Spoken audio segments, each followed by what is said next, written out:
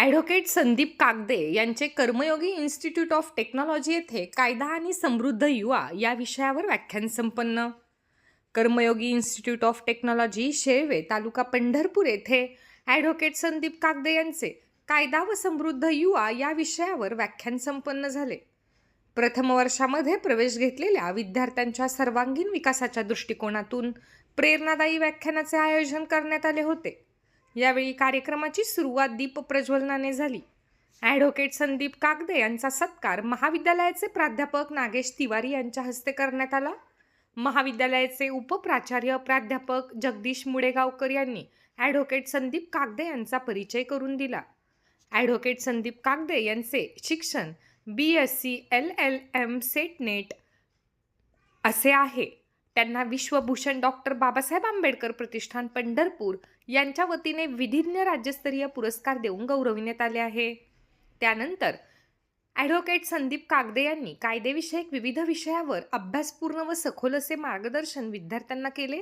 त्यामध्ये प्रामुख्याने भारतीय राज्यघटना, भारतीय न्यायव्यवस्थेची रचना, नागरिकांचे मूलभूत अधिकार, नागरिकांची मूलभूत कर्तव्य, जनहित याचिका, फौजदारी कायदे, अटकपूर्व जामीन, शैक्षणिक कायदे या विषयावर मार्गदर्शन केले.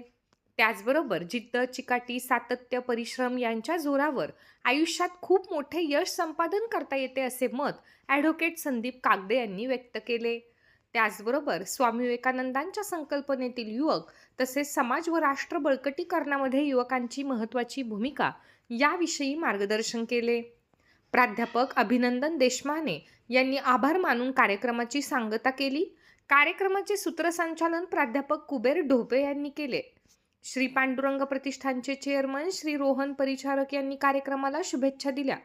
यावेळी महाविद्यालयाचे प्राचार्य doctor SP Patil, Karmayogi polytechnic महाविद्यालयाचे प्राचार्य doctor AB Kanse, registrar Shri GD Walke, उपप्राचार्य प्राध्यापक JL मुडेगावकर, संशोधन अधिष्ठाता डॉक्टर अभय उत्पात, शैक्षणिक अधिष्ठाता प्राध्यापक राहुल पांचाळ तसेच विभाग प्रमुख प्राध्यापक डॉक्टर SM लंबे, डॉक्टर SV एकलारकर, प्राध्यापक अनिल बाबर, प्राध्यापक दीपक भोसले, ॲडव्होकेट सागर पाटील तसेच सर्व प्राध्यापक व विद्यार्थी मोठ्या संख्येने उपस्थित होते.